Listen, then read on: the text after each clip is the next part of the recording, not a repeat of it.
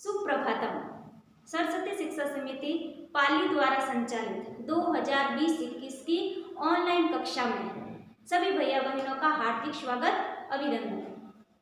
आज मैं कक्षा 9वीं को पठ धातु रूप के बारे में बताऊंगी कि धातुएं क्या होती है और शब्द रूप जो अलग होते हैं, धातुएं अलग होती है। जितनी भी क्रियाएं होती है जैसे खाना, पीना, उठना, बैठना, जाना, सोना, ये सारे संस्कृत में धातु रूप में आ जाती है। वैसे तो ये टॉपिक षष्ठी क्लास जो विद्या भारती में पढ़ते हैं उनके लिए तो ये टॉपिक दूसरी क्लास से भी स्टार्ट हो जाता है और धातु रूप का जो टॉपिक वो तीसरी क्लास है और संस्कृत हमारी दूसरी कक्षा से शुरू है। जो पहले पढ़े थोड़ी बहुत जानकारी है उनको, फिर भी 9th क्लास में आ गए तो इसकी जानकारी होनी चाहिए, क्योंकि जितने भी संस्कृत बनती है अगर इनका ज्ञान नहीं हो तो फिर वो चीज़ आपको आएगी, वाक्यों का निर्माण करना ही नहीं आएगा। हम क्या बोल रहे हैं और क्या लिख रहे हैं, तो एकदम अपने दिमाग को एकाग्रचित्त करके ध्यानपूर्वक सुनना सभी। तो सबसे पहले मैं आपको जो सबसे इजी पड़ता है हमारे लिए वो है पठ धातु। पठ का अर्थ होता है पढ़ना, ठीक है। तो ध्यानपूर्वक सुनना कि इसमें प्रथम पुरुष, मध्यम पुरुष और उत्तम पुरुष और वचन भी एक वचन, द्विवचनम और बहुवचनम, 3 वचन होते हैं, 3 ही लिंग होते हैं और 3 ही पुरुष होते हैं, ठीक है।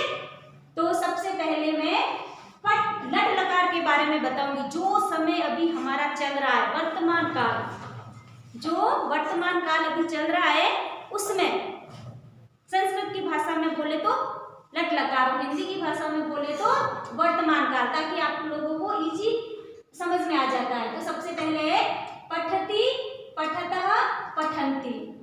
सर्वनाम शब्दों में प्रथम पुरुष में सह, तौ, ते, स्त्रीलिंग में होता है सा, ते, ताः और तत्, ते, तानि नपुंसकलिंग में किसी का नाम भी है वो भी प्रथम पुरुष में। मध्यम पुरुष में पठसि, पठतः, पठत। तुम पढ़ते हो, तुम दोनों पढ़ते हो, तुम सब पढ़ते हो। सिर्फ ये याद रखना और कुछ याद नहीं रखना। तुम आता है वो मध्यम पुरुष में होता है। उत्तम पुरुष पठामि, पठावः, पठामः, यानी मैं पढ़ता हूँ, हम दोनों पढ़ते हैं, हम सब पढ़ते हैं।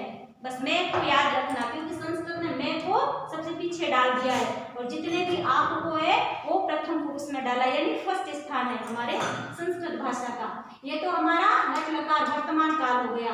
उसके बाद में किसी को हम आज्ञा देते हैं, किसी को हम आज्ञा देते हैं तो वो लोट लकार कहलाता है, यानी आज्ञार्थक काल। इसमें होता है आज्ञार्थक काल। तो आज्ञार्थक काल में प्रथम पुरुष में पठतु, तुम वह पढ़े, पठताम वे दोनों पढ़े, पठन्तु वे सब पढ़े। मध्यम पुरुष में पठ, तुम पढ़ो, द्विवचन में पठतम तुम दोनों पढ़ो और बहुवचन में है, मध्यम पुरुष का बहुवचन है पठत, यानी तुम सब पढ़ो। उत्तम पुरुष में पठामि, पठानी, यानी मैं पढ़ूं, मैं खुद को ही आज्ञा दे रही हूँ, मैं पढ़ूं। पठावः हम दोनों पढ़े, पठामः हम सब पढ़े। ये है लोट लकार आज्ञार्थक काल।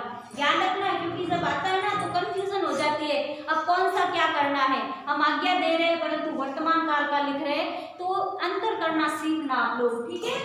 फिर है लंग लकार, यानी भूतकाल, जो समय हमारा बीत गया। इंग्लिश में बोले तो पास्ट है ना, संस्कृत में बोलते हैं तो लंग लकार और हिंदी की भाषा में बोले तो भूतकाल होता है वो।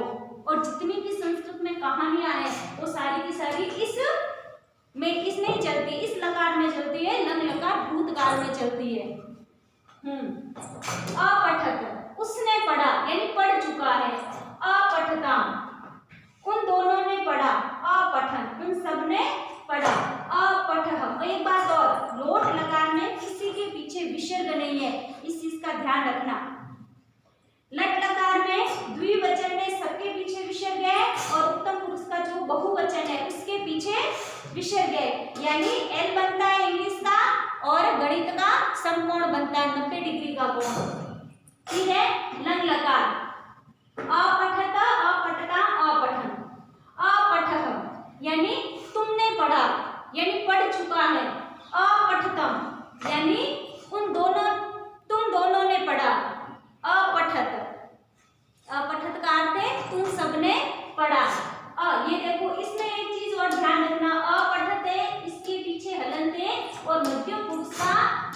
बहुवचन है उसके पीछे हलंत नहीं है। अगर ये वाला यहाँ आ गया, ये वाला यहाँ आ गया तो दोनों में गड़बड़ हो जाएगी कि वाक्य क्या बनाना था, उल्टा सीधा बन जाएगा।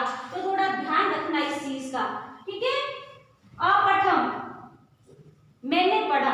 उत्तम पुरुष का जो एक वचन है अपठम, मैंने पढ़ा। अपठाम, हम दोनों ने पढ़ा। और अपठाम, हम सबने पढ़ा। फिर है लिट्लिकार, भविष्य में क्या होगा, हमारे आने वाले समय में क्या चीज है वह संस्कृत की भाषा में लिट्लिकार और हिंदी की भाषा में भविष्यकाल। तो पठिसयति वह पढ़ेगा, पठिसयतः वे दोनों पढ़ेंगे, पठिसयन्ति वे सब पढ़ेंगे, पठिसयसि तुम पढ़ोगे, पठिसयथः तुम दोनों पढ़ोगे, पठिसयतः तुम सब पढ़ोगे, पठिष्यामि मैं पढ़ूंगा, पठिष्यावः हम दोनों पढ़ेंगे, पठिष्यामः हम सब पढ़ेंगे। ठीक है, यहाँ तक समझ, आशा करती हूँ यहाँ तक समझ में आया होगा।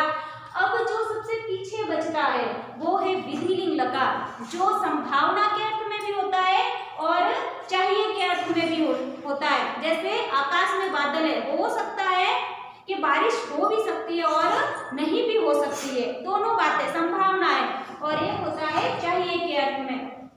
तो प्रथम पुरुष विधिलिंग लकार का प्रथम पुरुष पठेत, उससे पढ़ना चाहिए, पठेता उन दोनों को पढ़ना चाहिए, पठेयु उन सबको पढ़ना चाहिए। मैं राम का नाम भी ले सकती हूँ, सीता का नाम भी, स्त्रीलिंग पुल्लिंग कोई भी आ सकता है, वो सारे प्रथम पुरुष में आएंगे। सिर्फ इन दोनों चीजों को याद, मध्यम पुरुष का सर्वनाम पद कौन सा होता है, सिर्फ तुम, और उत्तम पुरुष का सर्वनाम पद कौन सा होता है, मैं, हम दोनों और हम सब। बस बाकी वाली चीजें आप लोग एक बार जानकारी के लिए वापस बता दूं, बाकी वाली चीजें आप लोग डाल देना उसमें। तो पठेत उसे पढ़ना चाहिए, पठेता उन दोनों को पढ़ना चाहिए, पठेयु उन सबको पढ़ना चाहिए, पठे तुम्हें पढ़ना चाहिए, पठेतम तुम दोनों को पढ़ना चाहिए, पठे तुम सबको पढ़ना चाहिए, पठेयम मुझे पढ़ना चाहिए, पठे हम दोनों को पढ़ना चाहिए, पठेम हम सबको पढ़ना चाहिए।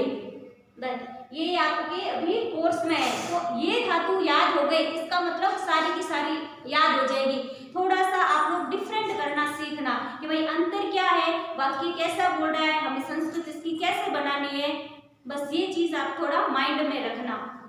आज का जो कक्षा कार्य है ये आप अपने उत्तर पुस्तिका में करेंगे सभी। धन्यवाद।